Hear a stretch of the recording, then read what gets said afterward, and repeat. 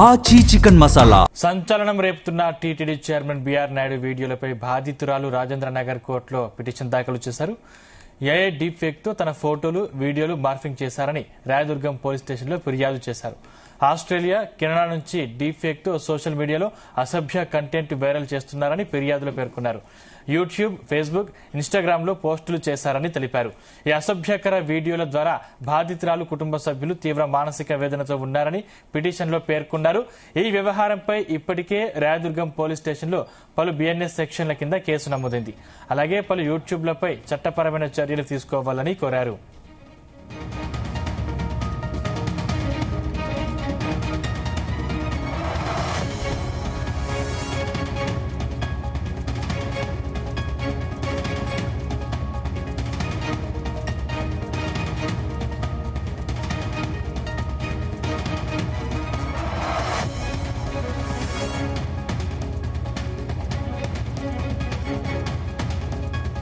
BR Naidu గారు ఎంత సమాజపరంగా అని, ఎంత గౌరవం ఉన్న వ్యక్తి అని, ఎంత నైస్ ప్రొఫైల్, గుడ్ ప్రొఫైల్ ఉన్న వ్యక్తిని పట్టుకొని ఇటువంటి ఏ వీడియోలు చేసి వైసీపీ తాలూగా హయ్యర్ చేసిన వాళ్ళ తాలూకా సోషల్ మీడియా కానీ లేకపోతే వాళ్ళకి సంబంధించిన ఆ వ్యక్తులు కానీ బేసిక్ సిగ్గు లజ్జ లేకుండా బతికేస్తున్నారు.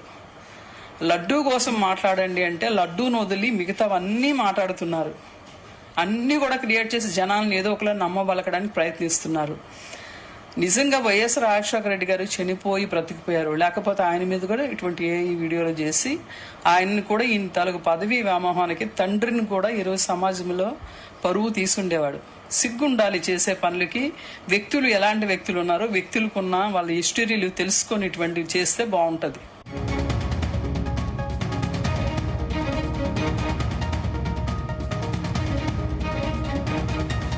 సంచలనం రేపుతున్న టీటీడీ చైర్మన్ బిఆర్ నాయుడు వీడియోలపై బాధితురాలు రాజేంద్ర నగర్ కోర్టులో పిటిషన్ దాఖలు చేశారు. ఏఐ డీప్ ఫేక్ తో తన ఫోటోలు, వీడియోలు మార్ఫింగ్ చేశారని రాయదుర్గం పోలీస్ స్టేషన్లో ఫిర్యాదు చేశారు. ఆస్ట్రేలియా, కెనడా నుంచి డీప్ ఫేక్ తో సోషల్ మీడియాలో అసభ్య కంటెంట్ వైరల్ చేస్తున్నారని ఫిర్యాదులు పేర్కొన్నారు. యూట్యూబ్, ఫేస్బుక్, ఇన్స్టాగ్రామ్ లో పోస్టులు చేశారని తెలిపారు. ఈ అసభ్యకర వీడియోల ద్వారా బాధితురాలు కుటుంబ సభ్యులు తీవ్ర మానసిక వేదనతో ఉన్నారని పిటిషన్లో పేర్కొన్నారు. ఈ వ్యవహారంపై ఇప్పటికే రాయదుర్గం పోలీస్ స్టేషన్లో పలు బిఎన్ఎస్ సెక్షన్ల కింద కేసు నమోదైంది. అలాగే పలు యూట్యూబ్లపై చట్టపరమైన చర్యలు తీసుకోవాలని కోరారు.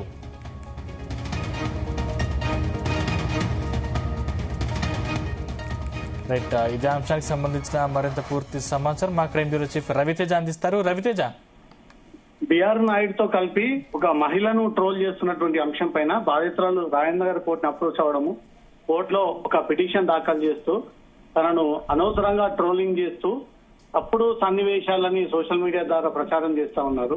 తన ముఖాన్ని, బిఆర్ నాయుడు మొహాన్ని మార్ఫింగ్ చేసి ఇద్దరు కలిసి ఒకే చోట ఉన్నట్టుగా కొంత అసభ్యకరమైనటువంటి కంటెంట్ ఉపయోగించి సోషల్ మీడియా హ్యాండిల్స్ ద్వారా విపరీతమైనటువంటి ప్రచారం చేస్తా ఉన్నారు. ఎవరైతే ఈ ట్రోలింగ్స్ కి పాల్పడుతా ఉన్నారో వారందరిపైన చర్యలు తీసుకోవాలి.